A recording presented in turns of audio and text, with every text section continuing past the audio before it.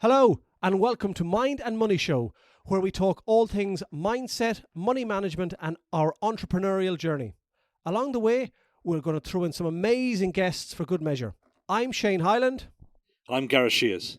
This show is going to change your life and teach you skills that school never taught you. Boom.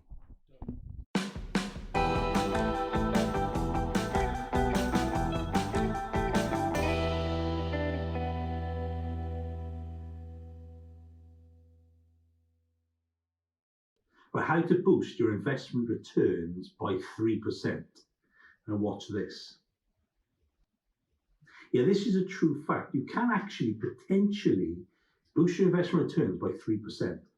Now, no, this isn't some sort of scam investment in some sort of wine or cheese or some random offshore property fund that never actually build any properties, and we've seen those in the past. This is actually about using the right professionals to help you with your investment journey. So I'm Gareth Shears, and I'm a chartered financial planner and one of the co-founders of the multi-award-winning Sanctuary Chartered Financial Planners. And I have been advising clients on all aspects of financial advice for over 14 years. Okay, so what's this all about then?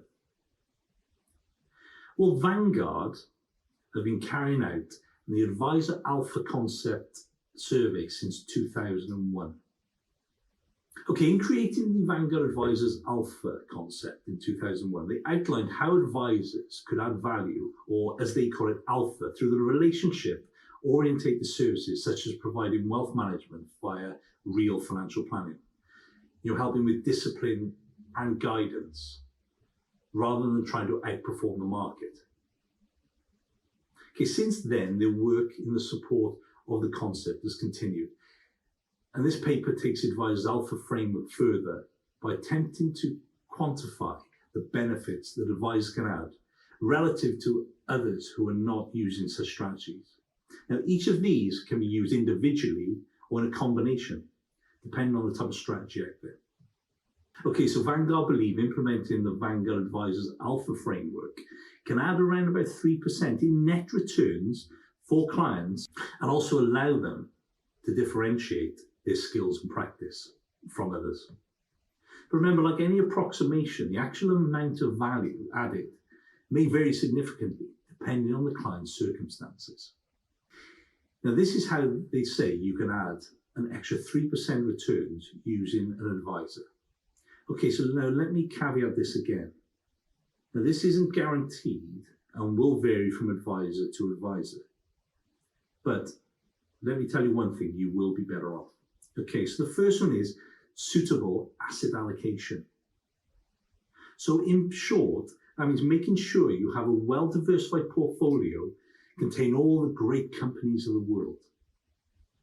Now, the second one, cost-effective implementation. Now, cost is one of the biggest destroyers of wealth.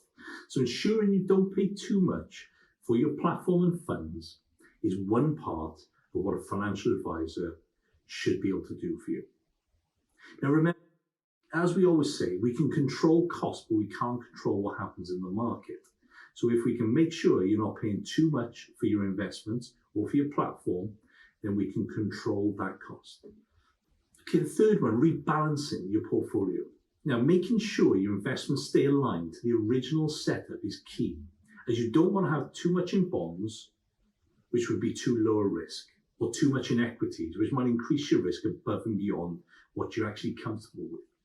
Now, rebalancing is a job that no one ever sees when using an advisor, as it happens in the background, but it is a very key concept ensuring that your investments stay aligned. Now, during this process, advisors will always make sure they use the most tax-efficient process, so you don't pay unnecessary taxes when your portfolio is being rebalanced.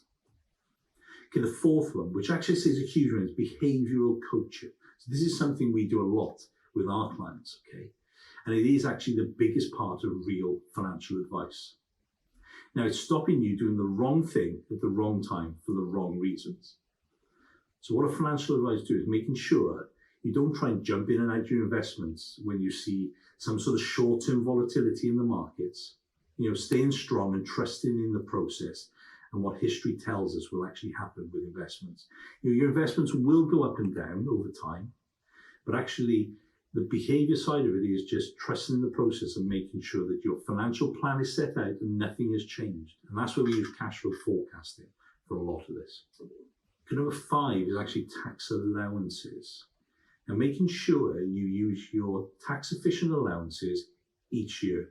Whether that be using your pension allowances, your ISAs, or some is using VCTs, and there are some other kind of strategies out there.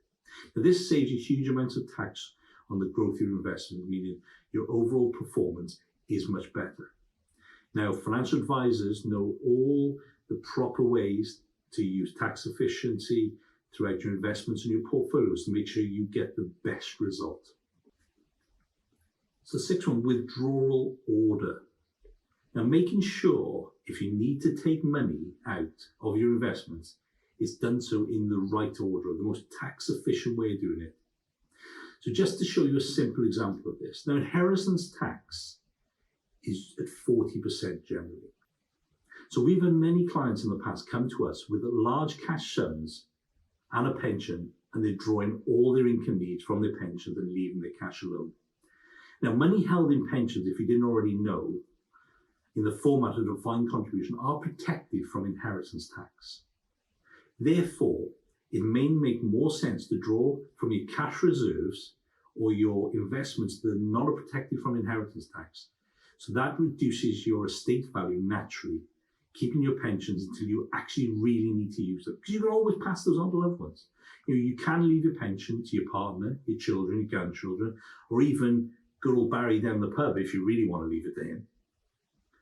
Now, there are lots of other benefits that an advisor that we can offer, which we've got. So here's some examples of some things outside what they talk about in the Vanguard Alpha. So maybe it's putting all your affairs in order, just tidying things up for you, or being that trusted sounding board for decisions. Now, we have a lot of clients who are business owners who come to us with some big decisions they have, and they use us as a sounding board for that, allowing you to spend more time doing the things that you love. You don't want to be messing around with the paperwork involved in dealing with your kind of financial affairs. Using cash flow forecasting tools to help with your budgeting, to ensure that you stay on track now and through to retirement and into later years. Now, what we do isn't just about investing money. There's a hell of a lot more to it than that. But from the outside, that's what people see. So to summarize, using a financial advisor has huge benefits to ensure you stay on track with your financial plans for the future. And yes, it can boost your investment returns, just as the Vanguard Alpha says. So remember, don't listen to a lot of these people out there saying you're wasting money using a financial advisor, as it's a bad thing. I actually think trying to do it yourself is the fastest way to destroy your wealth, rather than actually build it.